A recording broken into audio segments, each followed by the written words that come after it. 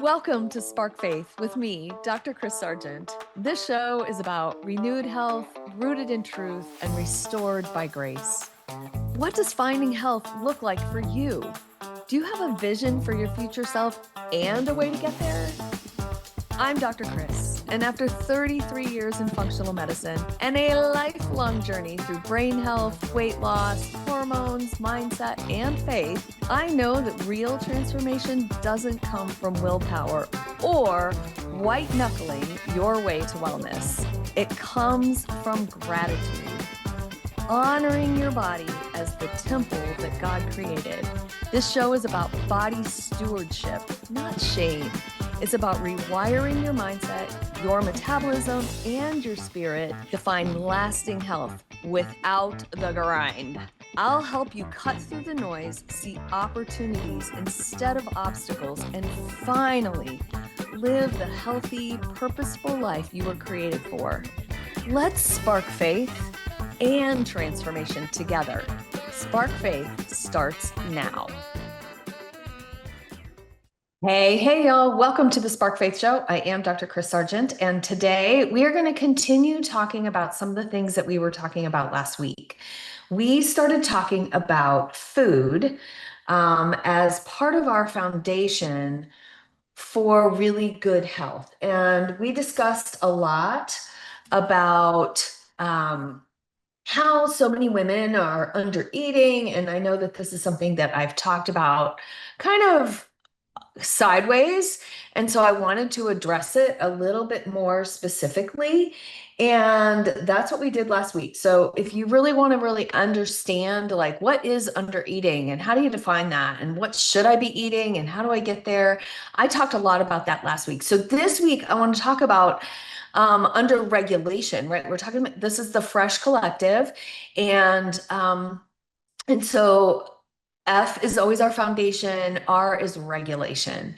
We are going to talk about regulating our sleep. We're going to talk about regulating foggy brain. We're going to talk about regulating a whole bunch of things today with the lens of what happens when you're not eating enough, right? Because eating less is actually stress for your body. So a lot of postmenopausal women really underfuel and over exercise, right? In this attempt to lose weight, to stop the belly fat, to stop the brain fog. But honestly, this chronic under eating can make fatigue and sleep, cravings, brain fog, depression, right? Lack of motivation, and honestly, this metabolic resistance by signaling stress instead of safety. And we want to always assure that our nervous systems and our hormonal systems and our immune systems feel safe. And that seems like a big buzzword right now with emotional safety, but it's really the way we're programmed. So some of y'all are not really exhausted because you're eating too much, right? You're exhausted because you've been eating under eating for years. And honestly, the hard part is most of you think you're actually being disciplined, and that's not what's happening. And that therein lies the rub, right? Therein lies the rub. So I want to talk about that rub today in a big way. So if this sounds familiar, kind of raise your hand, because this is where I was for a really long time. And I know that it did not serve me well. And so I just did this, right?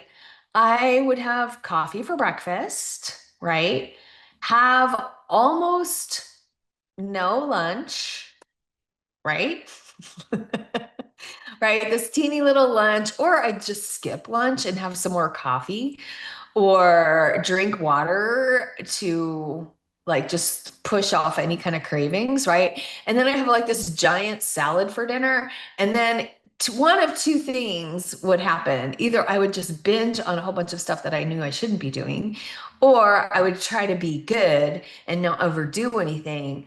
And what I recognize is that my sleep just kept getting worse and worse and worse. And my I didn't really have a lot of cravings. I just found that I had brain fog. My workouts felt so hard that like running just became torturous, right? So I had to figure out something different. And my weight was going nowhere or up. And so I just kept thinking, well, if I just have a little more discipline around this or whatever. But what if my problem wasn't that my body was resisting me? What if my body was protecting me? So, what if your body is just protecting you, right? Because your metabolism doesn't just respond to calories, right? It's responding to whether your body feels safe enough to thrive. And if you're in survival mode, chronically undereating is going to signal the exact opposite thing. So, as you know, I'm going to do this like what's really happening in your body, right? Your body's not a calculator, right? It is not your MyFitnessPal. It is a survival-based system. And we've talked about this before, but I want to just dive in a little bit deeper. And one of the main questions that your body asks all day long is there enough? Right? Is there enough energy? Are there enough nutrients? Is there enough recovery? Is there enough stability? Is there enough consistency? Right? And if those answers are mostly no, then your body's going to adapt to that and probably not in the way that you'd like it to adapt. So, the physiology of undereating, when your calorie intake stays chronically low, right?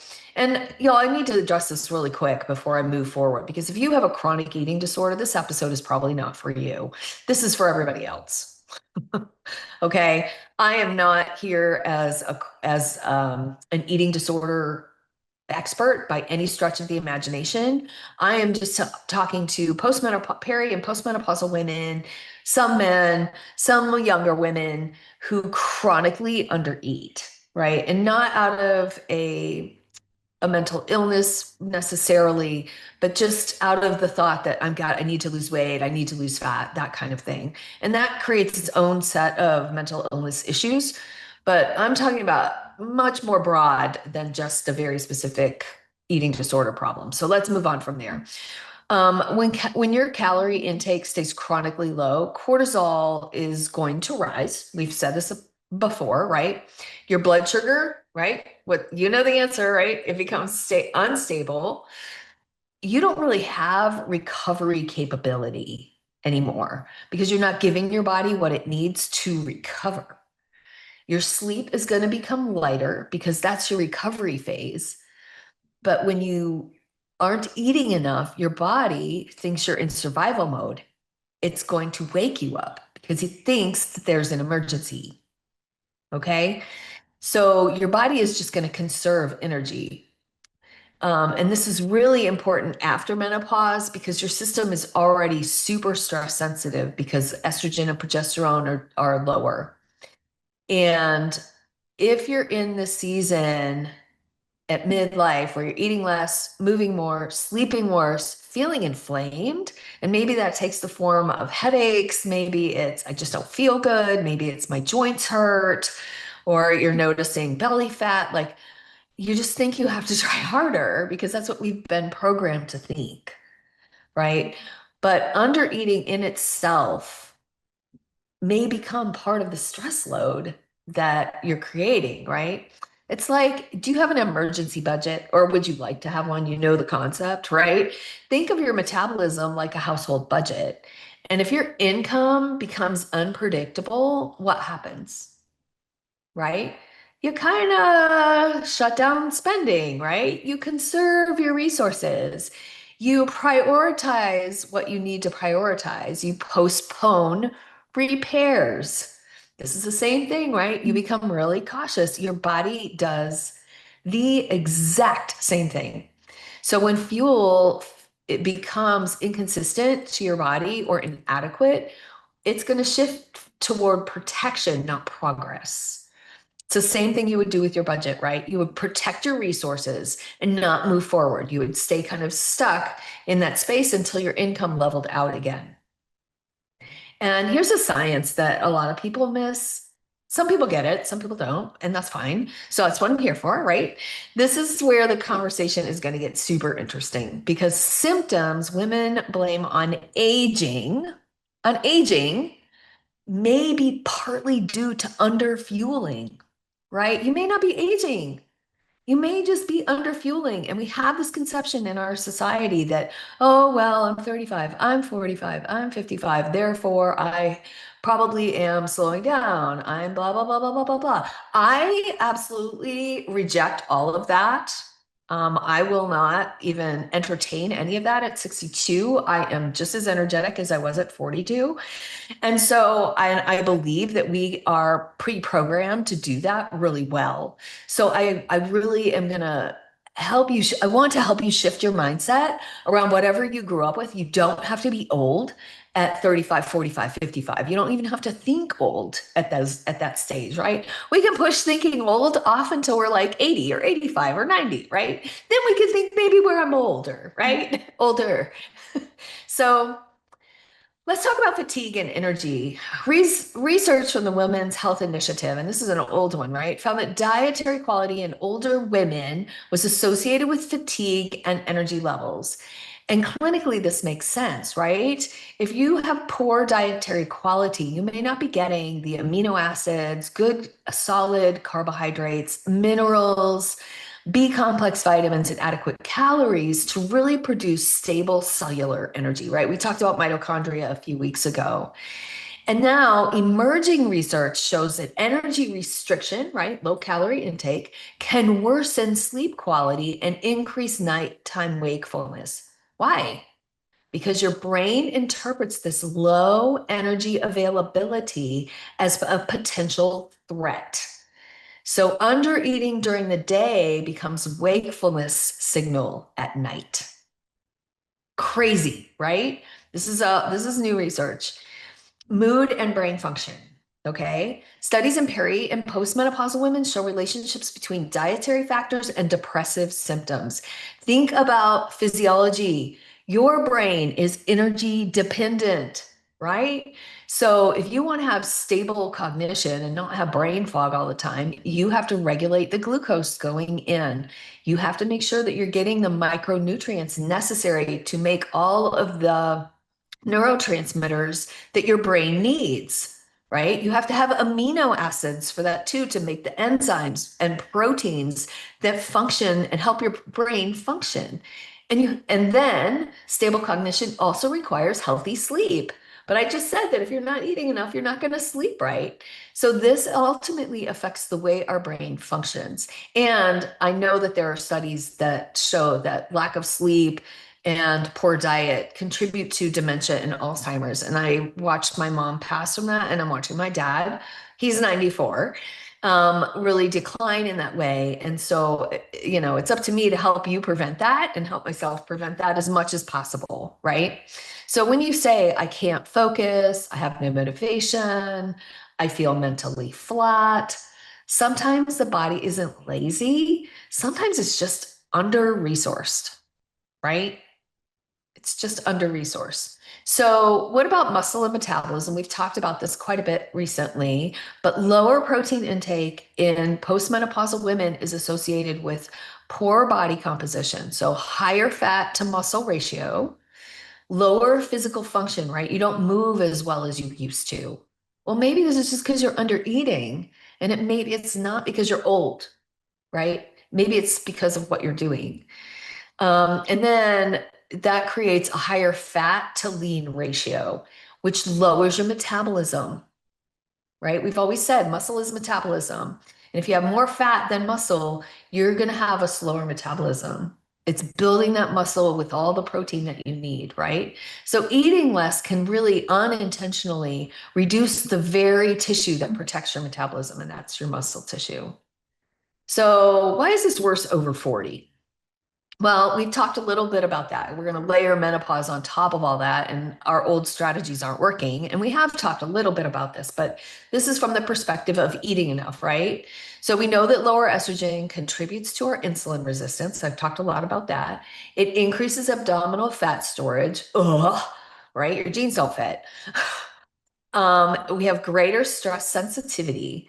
Lower progesterone already means lighter sleep, more anxiety, because progesterone is like the calming hormone, and we have less resilience to stress because our progesterone is lower.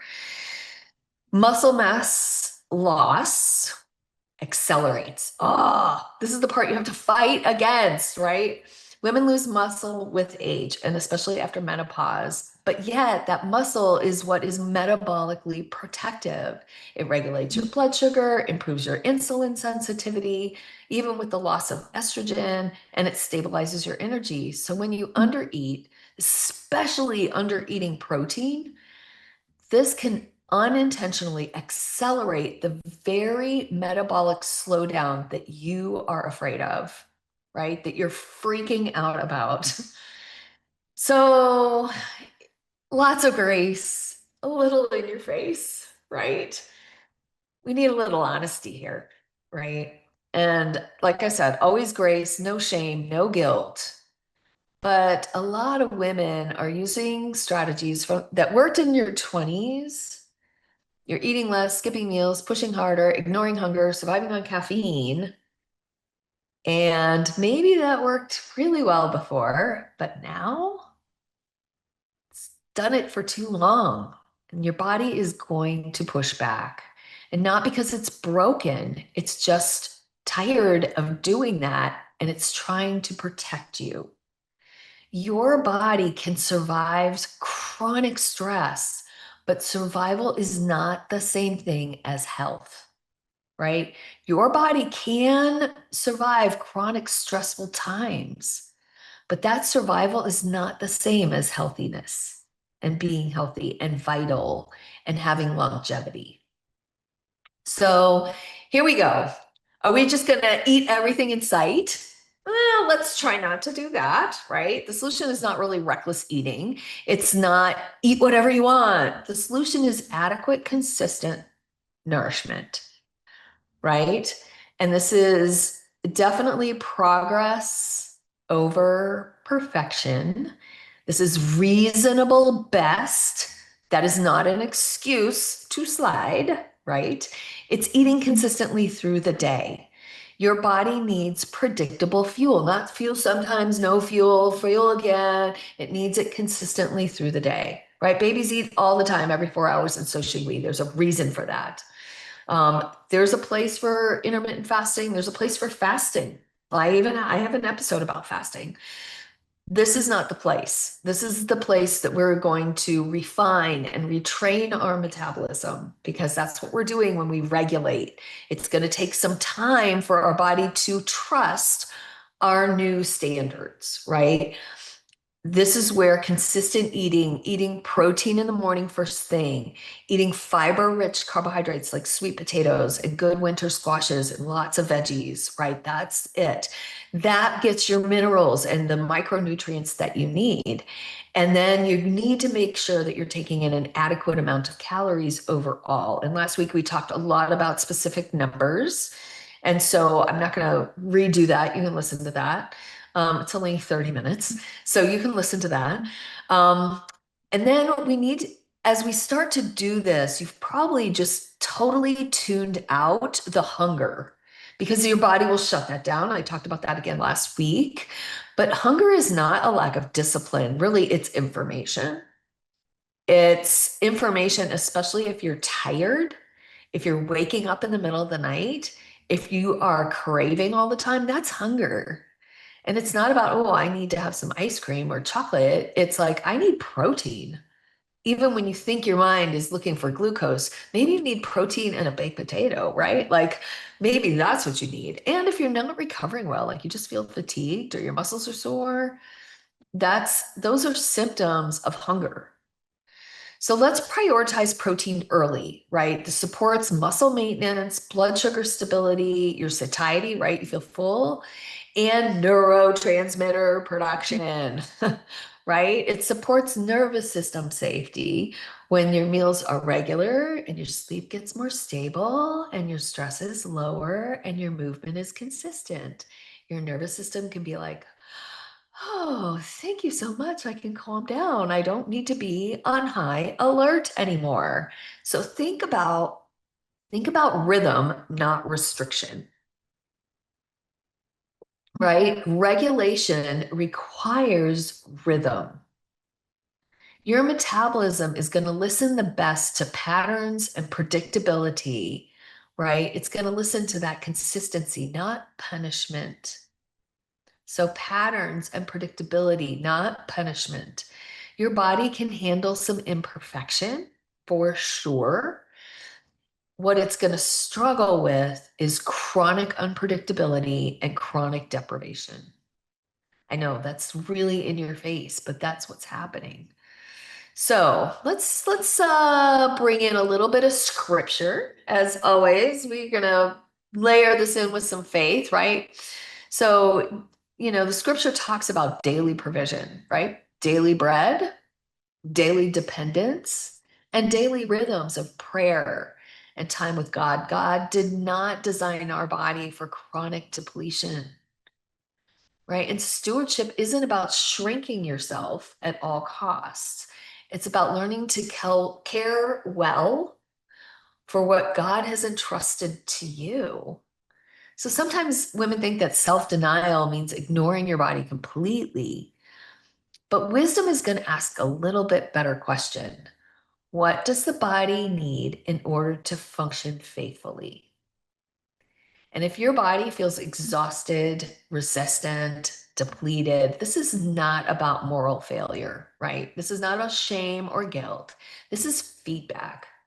And it's an invitation to move from striving to wiser rhythms of nourishment and care.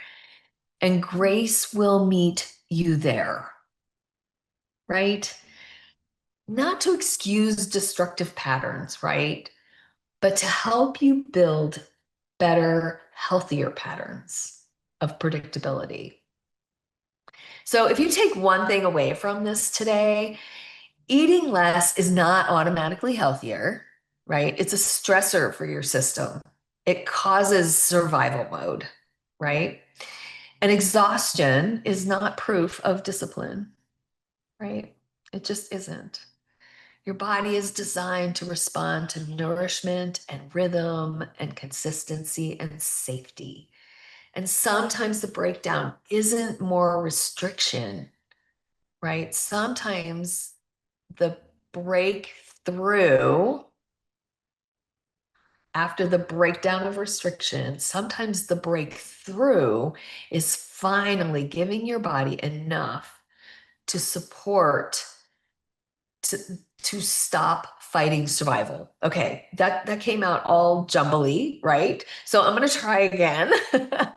Sometimes the breakthrough isn't more restriction, right? Sometimes the breakthrough is finally giving your body enough support to stop fighting for survival, right? We want to thrive in this. So what do we need to give our bodies to thrive? Eating less is not thriving, right? Our plants don't thrive if we give them less water. Our plants don't thrive if we don't give them enough sunlight. And we don't thrive if we don't give ourselves enough nourishment. So, this is exactly what we're going to focus on inside the Living Fresh Collective. No extremes, no shame and guilt, not endless dieting, but learning to work within your physiology instead of against it, right? Because our body doesn't need any harsher signals, it needs steadier ones. So here I am, right, helping you restore your health, rooted in truth and restored by grace, right? Always bringing grace. I love you guys. Hit like, subscribe, do all the things, share with a friend. So let me hear from you. I would love to hear from you.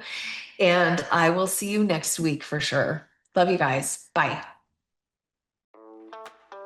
You've been listening to Spark Faith with me, Dr. Kris Sargent. This show is about renewed health, rooted in truth, and restored by grace.